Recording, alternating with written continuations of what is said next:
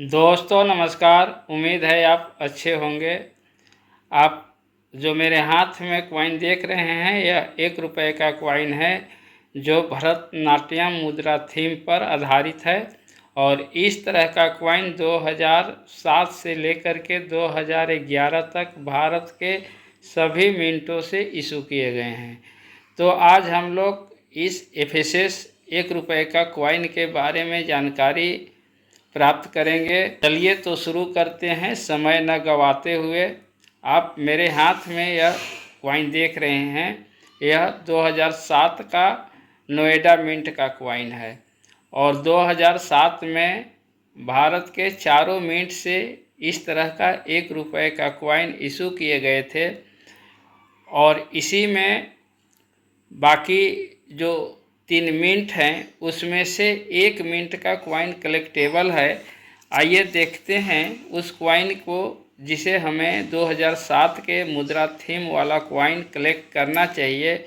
तो आप मेरे हाथ में 2 कॉइन देख रहे हैं, यह दोनों कॉइन हैदराबाद मिंट का है। 2007 के नीचे देखेंगे तो ये आपको स्टार मिंट मार्क दिखाई देगा।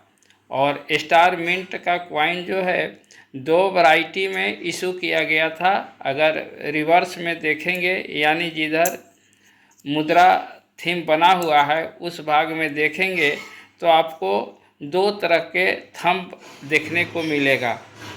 देख पा रहे होंगे, एक में थंब जो है बीच में कटा हुआ है और एक थंब प्लेन है, यानी अंगूठा एक में कटा हुआ है और एक में अंगूठा प्लेन है।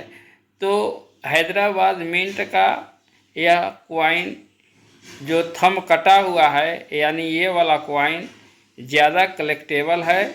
और अभी इसका प्राइस 100 रुपये बहुत अच्छा कंडीशन में होगा तो 100 रुपये 150 रुपये यूएनसी बीयूएनसी टाइप का कॉइन का प्राइस चल रहा है। और अगर यह कॉइन भी है प्लेन थंब वाला हैदराबाद मिंट का कॉइन तो यह कॉइन भी कलेक्टेबल है। और हैदराबाद मिंट का दोनों कॉइन अगर आपको सर्कुलेशन से मिलता है तो 2007 का कॉइन आपको रख लेना है। बाकी जितने भी मिंट के कॉइन हैं, चाहे कोलकाता हो, मुंबई हो या नोएडा हो, ये ज़्यादा कलेक्टेबल नहीं है। चलिए इसी तरह से 2008 में भी आप देख पा रहे होंगे यह 2008 का कॉइन है। और 2008 में भी मुद्रा थीम वाले कॉइन भारत के चारों मिंट से इशू किए गए थे।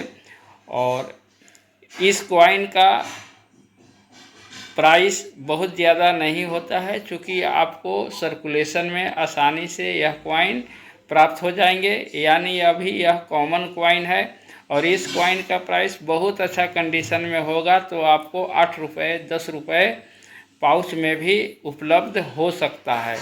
और इस तरह का कॉइन भारी मात्रा में चारों मिंट से इशू किए गए थे, इसलिए 2008 का कोई भी कॉइन कलेक्टेबल नहीं है। उसके बाद 2009 में भी इस थीम पर आधारित भारत के सभी मिंट से कॉइन इशू किए गए थे। और मुद्रा थीम पर भारी मात्रा में कॉइन इशू किए गए हैं, इसलिए 2009 का कॉइन भी बहुत ज़्यादा कलेक्टेबल नहीं है। और इस तरह का कॉइन आपको सर्कुलेशन से मिल सकते हैं। यदि आपको पाउच की ज़रूरत हो तो यूएनसी कंडीशन में यह पाउच 600 700 800 रुपये में भी आपको मिल सकता है। यह एक साधारण कॉइन है, कॉमन कॉइन है। 2010 में भी आप इस तरह का कॉइन भारत के चारों मिंट से इशू किए गए थे, मुंबई, कोलकाता, हैदराबाद और नोएडा। तो 2010 में भी जितने भी कॉइन मुद्रा थीम पर 1 रुपये के आपको दिखाई देते हैं वे सभी कॉइन कॉमन हैं।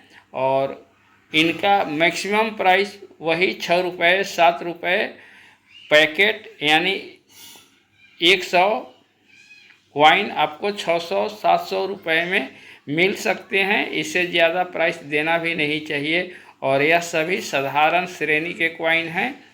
अभी ये स्केयर में भी नहीं गए हैं क्योंकि इनकी मात्रा बहुत ज़्यादा है। इसके बाद 2011 में आप देखेंगे तो 2011 में 3 ही मिनट से कॉइन आपको देखने को मिलेगा। मुंबई को कॉइन आप खोजेंगे तो मुंबई मिंट का कॉइन आपको नज़र नहीं आएगा। बाकी 3 मिनट का कॉइन आपको आसानी से नज़र आएगा, मिल सकता है। लेकिन जो कॉइन आपको कलेक्ट करना है 2011 में, चूँकि 2011 के बाद इस तरह का कॉइन बंद हो गया था और आप जानते हैं कि 2011 में ही फ्लावर पैटर्न पर कॉइन आए थे, छोटा कॉइन 1 रुपये का। तो 2011 में कोलकाता मिंट का कॉइन आपको कलेक्ट करना है। कोलकाता मिंट का थोड़ा सा कम नज़र आता है और इसका प्राइस 30 रुपये 40 रुपये खुदरा प्राइस हो सकता है। अगर पाउच में लेने जाएंगे तो आपको 15 रुपये 12 रुपये 15 रुपये के हिसाब से 1200-1500 रुपये में पूरे 100 कॉइन का पाउच उपलब्ध हो सकता है। और बाकी जो 2 मिनट बचे नोएडा और हैदराबाद मिंट का कॉइन तो ज़्यादा कलेक्टेबल नहीं है, फिर भी लास्ट ईयर का कॉइन है, यानी मुद्रा थीम का लास्ट कॉइन है। तो आप अपने कलेक्शन में उस कॉइन को भी रख सकते हैं। अगर जानकारी अच्छा लगा हो तो लाइक कर दें, शेयर करें, सब्सक्राइब करें। Thank you.